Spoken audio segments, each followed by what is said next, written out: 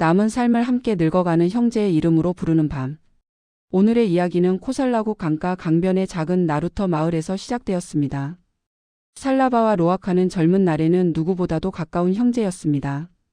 둘은 같은 강가에서 뛰놀고 같은 밭에서 흙을 묻히며 자랐습니다. 언제나 형이 먼저 삽을 들면 동생이 뒤를 따랐으며 동생이 웃으면 형도 함께 웃었습니다. 하지만 세월이 흐르면서 두 사람의 길은 조금씩 달라졌습니다. 형 살라바는 나루터에서 짐을 나르는 일을 맡게 되었고 동생 로아카는 장터를 오가는 상인의 길을 택했습니다. 처음에는 서로의 선택을 응원하며 자주 만나 소식을 나누었습니다. 그러나 어느 해 장마철 가까운 친척의 땅을 누구에게 맡길 것인가를 두고 말이 엇갈리기 시작했습니다. 살라바는 마을 어른의 말을 따르자고 했고 로아카는 자기 생각대로 하자고 고집을 세웠습니다. 말은 점점 거칠어졌고 얼굴은 굳어졌습니다. 결국 둘은 서로 눈을 피한 채 등을 돌리고 말았습니다. 그날 이후로 형제는 큰 싸움을 한 것도 아닌데 한동안 말을 섞지 않게 되었습니다. 나루터에서 우연히 마주쳐도 서로 다른 쪽 강가만을 바라본 채 인사도 하지 않았습니다. 세월은 강물처럼 흘러 두 사람의 머리카락에도 서서히 흰빛이 내려앉았습니다. 주변 사람들은 여전히 그들을 형제라고 불렀지만 정작 둘은 마음속 거리를 줄이지 못했습니다. 살라바는 밤마다 누운 자리에서 조용히 생각했습니다. 별것 아닌 말 때문에 이렇게 늙도록 말을 안 하고 지내도 되는가. 그러면서도 먼저 말을 건네면 내가 지는 것 같은 마음이 자꾸 솟구쳤습니다. 로아카 역시 장터에서 돌아오는 길마다 강가를 바라보며 형을 떠올렸습니다. 형도 나를 보고 싶어 할까? 이제 와서 찾아가면 괜히 미안한 티만 내는 것 아닐까? 두 사람 모두 서로를 떠올렸지만 발걸음은 쉽게 형제의 집 쪽으로 향하지 못했습니다. 어느 저녁 살라바는 강가 둑을 천천히 걷고 있었습니다. 해는 강 위에서 붉게 기울고 나룻배는 하나둘 제자리를 찾아 묶이고 있었습니다.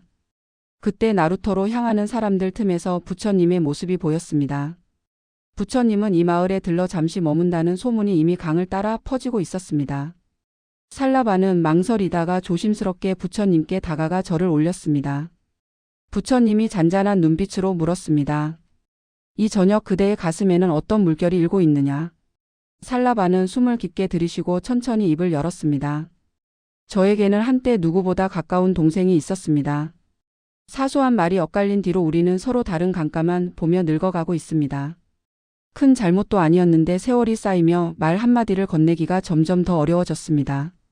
먼저 다가가면 내가 지는 것 같고 아무 말도 안 하면 강물처럼 거리가 멀어지는 것 같습니다. 이 나이에 이제 와서 한 걸음을 내딛어도 되는지 모르겠습니다. 부처님은 조용히 강가 쪽으로 시선을 돌렸습니다. 그리고 나루터 아래에서 물을 뜨고 있는 두 사람을 가리켰습니다. 한 사람은 이쪽 강둑에서 두레박을 내려 물을 길어 올리고 있었습니다. 다른 한 사람은 맞은편 강둑에서 같은 강물에 두레박을 담그고 있었습니다. 부처님이 살라바에게 물었습니다. 저 둘은 서로 등을 돌리고 있지만 같은 물을 길어 올리고 있지 않느냐? 살라바는 고개를 끄덕였습니다. 부처님이 말을 이었습니다. 강이 줄어들며 물가에 서 있는 사람들은 물을 얻기 위해 한 걸음씩 강 쪽으로 다가서야 한다. 그러면 강둑의 거리는 그대로여도 서로의 얼굴이 전보다 더 잘 보이게 된다. 사람 사이의 인연도 그와 같다. 서로의 마음이 마르기 시작하면 언젠가 둘 중 한 사람은 먼저 물가 쪽으로 다가설 수 있어야 한다. 누가 먼저냐를 따지는 마음은 강둑 위에 서서 등을 돌린 채 물을 바라보지 않는 것과 같다. 그러나 한 사람이라도 조용히 한 걸음 다가서면 두 사람의 그림자는 전에 없던 곳에서 다시 만날 수 있다. 살라바의 가슴 어딘가가 조용히 떨렸습니다.